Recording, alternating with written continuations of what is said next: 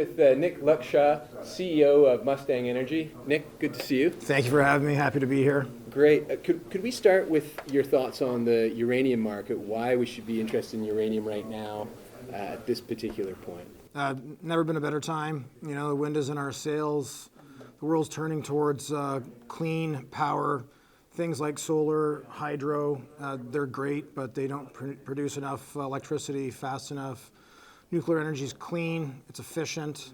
You look at all the big guys turning towards it, and by that I mean Amazon, Microsoft, Google, building their own plants to power their data centers. It's just the way of the future, and I'd say that the demand far outpaces the supply currently, and it's only going to get worse. So I think we're in a great position to help fill that growing demand.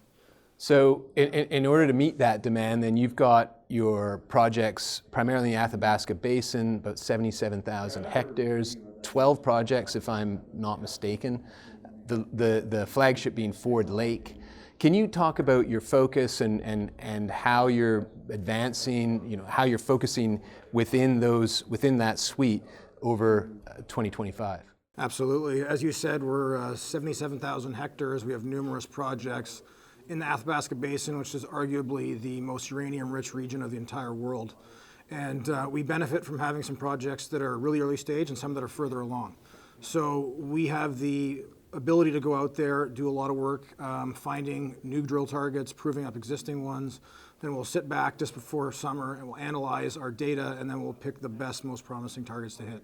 And so is Ford Lake the most advanced of those projects, or am I understanding that correctly? It is one of the most advanced, and it's also close to 3 different deposits. Right. So there's a lot of promise when your neighbors have known deposits in the ground.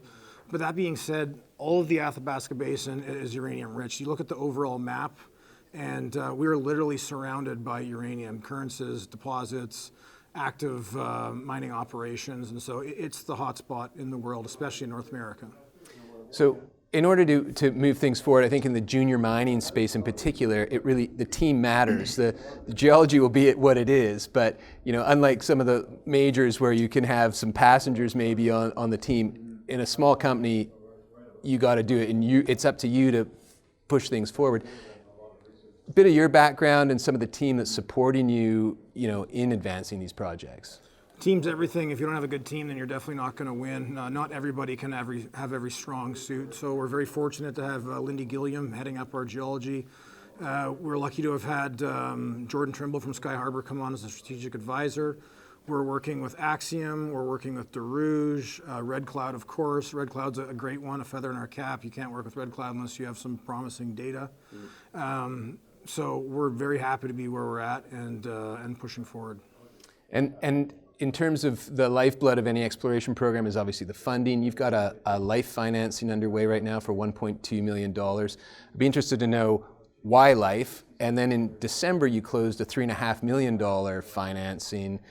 What are the proceeds going to be used for? Are you fully funded for your upcoming drill programs, and what's the plan forward? Maybe that's a good place just to segue into your plan for the coming year in terms of, you know, deploying that capital, bringing that team to bear on advancing everything that you've got up in Athabasca. Absolutely. We currently have just over $4 million in the bank.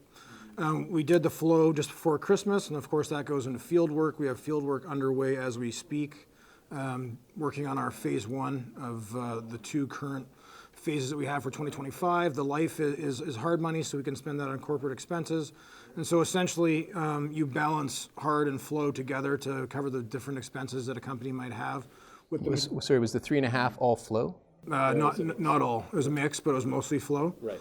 And you know, as you would know, an early stage exploration company, most of the money is being spent in the ground. Yeah. Hence the reason why most of the money is flow. Yeah. And so our phase 1 over the next, let's call it 3 to 4 months, we've got a lot of work happening, and as previously mentioned, that'll bring back results and help us zero in on our targets. Great. That's, I think, a good place to leave it. Appreciate your time. Thank Nick you. Luksha, CEO of Mustang Energy. Mustang trades on the CSC under the ticker MEC.